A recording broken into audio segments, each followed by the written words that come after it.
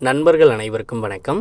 இன்றைக்கி நம்ம இந்த வீடியோவில் ஜனவரி 1 முதல் முக்கிய மாற்றங்கள் அப்படின்னு சொல்லிட்டு, அதாவது கேஸ் சிலிண்டர் முதல் ஓய்வூதியம் வரை பார்த்திங்கன்னா ஒரு புதிய அறிவிப்பு ஒன்று வெளியிட்டிருக்கிறாங்க. ஸோ அதை பற்றின தகவலை தான் பார்க்க போகிறோம். அதுக்கு முன்னாடி நம்ம சேனலில் மொதல் தடவையாக பார்க்குறீங்க அப்படின்னா நம்ம சேனலில் சப்ஸ்கிரைப் பண்ணிக்கோங்க. அண்டு பக்கத்தில் இருக்கிற பெல் ஐக்கானை தட்டிக்கோங்க. அப்போ தான் நம்ம போடுற வீடியோஸ் எல்லாம் உங்களுக்கு நோட்டிஃபிகேஷனாக வரும். வாங்க வீடியோக்குள்ளே போகலாம்.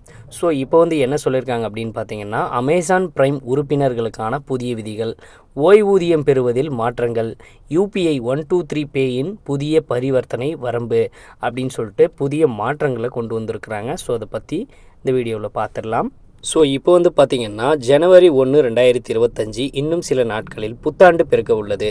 பொதுவாகவே புதிய மாதம் தொடங்கும் போது பல புதிய விதிகள் அமலுக்கு வருவது வழக்கம். புதிய ஆண்டின் துவக்கம் இன்னும் விசேஷமானது. 2025 புத்தாண்டிலும் பல புதிய விதிகள் அமலுக்கு வர உள்ளன. இவற்றின் தாக்கம் கண்டிப்பாக அன்றாட வாழ்வில் இருக்கும்.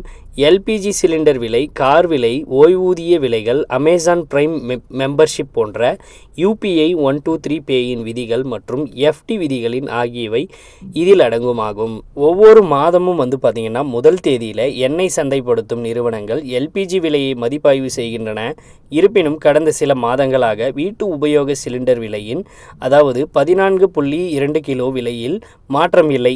அதே நேரத்தில் வர்த்தக சிலிண்டர்களின் விலை தொடர்ந்து உயர்ந்து வருகின்றது. சர்வதேச சந்தையில் கச்சா எண்ணெய் விலை பேரலுக்கு $73.58 இருப்பதால் ஜனவரி தொடக்கத்தில் LPG சிலிண்டர் விலையில் மாற்றம் செய்யப்படலாம் என எதிர்பார்க்கப்படுகிறது. ஓய்வூதியதாரர்களுக்கு புத்தாண்டு நிம்மதி அளிக்கும் வகையில் அமையும். ஜனவரி 1, 2025 முதல் பயனாளர்கள் வருங்கால வைப்பு நிதி அமைப்பு, அதாவது EPFO ஓய்வூதியம் திரும்ப பெறுவதற்கான விதிகளை எளிதாக்கியுள்ளது. இப்போது ஓய்வூதியம் பெறுவோர் தங்கள் ஓய்வூதியத்தை நாட்டில் உள்ள எந்த வங்கியிலிருந்தும் பெற்றுக்கொள்ள முடியும். இதற்காக அவர்களுக்கு கூடுதல் சரிபார்ப்பு எதுவும் தேவை இருக்காது. இந்த வசதி ஓய்வூதியதாரர்களுக்கு, அதாவது பென்ஷன்தாரர்களுக்கு பார்த்திங்கன்னா பெரும் நிவாரணத்தை அளிக்கும். ஃபிக்ஸட் டெபாசிட்கான ரூல்ஸ் பார்த்திங்கன்னா, நிலையான வைப்பு FD விதிகள் NBFCகள் மற்றும் HFCக்களுக்கான நிலையான வைப்பு தொடர்பான விதிகளை RBI மாற்றியுள்ளது. புதிய விதிகள் ஜனவரி 1, 2025 முதல் அமலுக்கு வரும். இந்த மாற்றங்களின் கீழ் டெபாசிட்களின் பாதுகாப்பை உறுதி செய்ய தேவையான சில விதிமுறைகளை செயல்படுகின்றன. அதாவது பொதுமக்களிடமிருந்து டெபாசிட்களை எடுத்துக்கொள்வது, லிக்விட் அசெண்டின் ஒரு பகுதியை பாதுகாப்பாக வைத்திருப்பது மற்றும் வைப்புகளை காப்பீடு செய்வது போன்ற மாற்றங்கள் இதில் அடங்குமாகும்.